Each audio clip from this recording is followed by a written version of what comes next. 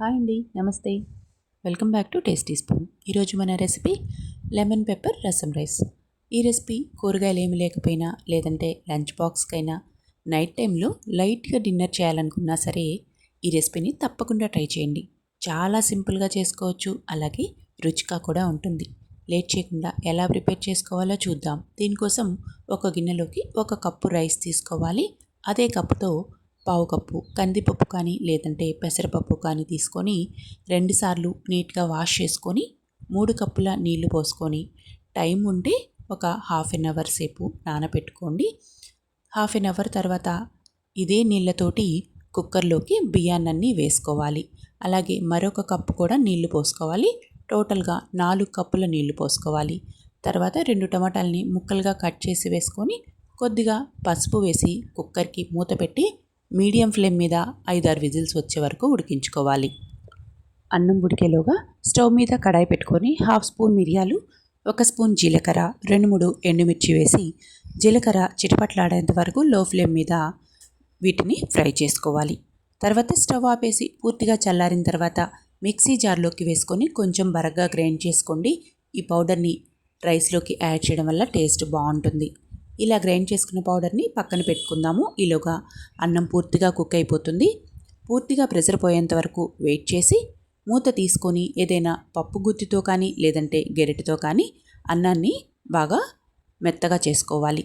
వీడియోలో చూపిస్తున్నట్లుగా వీలైనంత మెత్తగా చేసి పక్కన పెట్టుకుందాం.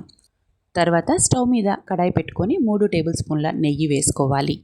ఇందులోకి కొన్ని జీడిపప్పుని వేసి లో ఫ్లేమ్ మీద కొద్దిగా కలర్ మారేంత వరకు ఫ్రై చేసి తీసి పక్కన పెట్టుకుందాం. తర్వాత అదే నెయ్యిలోకి 1/2 స్పూన్ ఆవాలు, 2 ఎండుమిర్చి వేసి ఆవాలు చిటపట్లాడిన తర్వాత 3-4 వెల్లుల్లి రెబ్బల్ని కొంచెం బరగ్గా దంచి వేసుకోవాలి. ఇందులోకి కొద్దిగా ఇంగువ, కరివేపాకు కూడా వేసి ఈ తాలింపునంతటిని బాగా ఫ్రై చేసుకోవాలి. అప్పుడే రుచి బాగుంటుంది.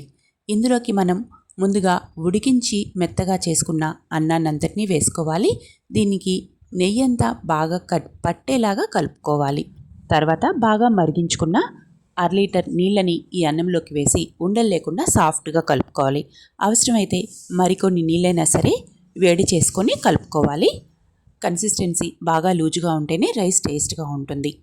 ఇలా ఉండలు లేకుండా కలుపుకున్న తర్వాత ఇందులోకి 1 స్పూన్ రసం పొడి, అలాగే మనం ముందుగా వేయించి పెట్టుకున్న మిరియాలు, ఎండుమిర్చి పొడి ఉంది కదా, దాన్ని కూడా వేసుకొని రుచికి సరిపడా ఉప్పు వేసి ఇదంతా అన్నానికి బాగా కలిసేలాగా కలుపుకోవాలి. మీకు ఏ కర్రీ చేయాలో అర్థం కానప్పుడు ఒక్కసారి ఈ రసం రైస్ని తప్పకుండా ట్రై చేయండి. అలాగే ఎలా వచ్చిందో కామెంట్ చేయడం మర్చిపోవద్దు.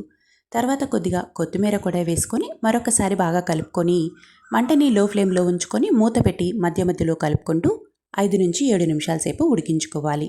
నిదానంగా ఉడికించుకుంటేనే మసాలా అంతా రైస్కి పట్టి టేస్ట్ బాగుంటుంది.